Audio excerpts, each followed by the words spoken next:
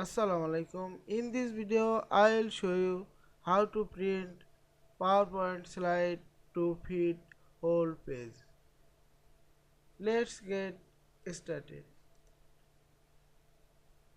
Press the Ctrl P from keyboard or go to File menu, Print, select the printer and click the slide and choose the full page slide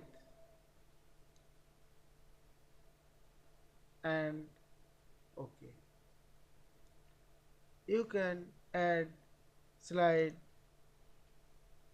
2, 3, 4, 6, 9, etc.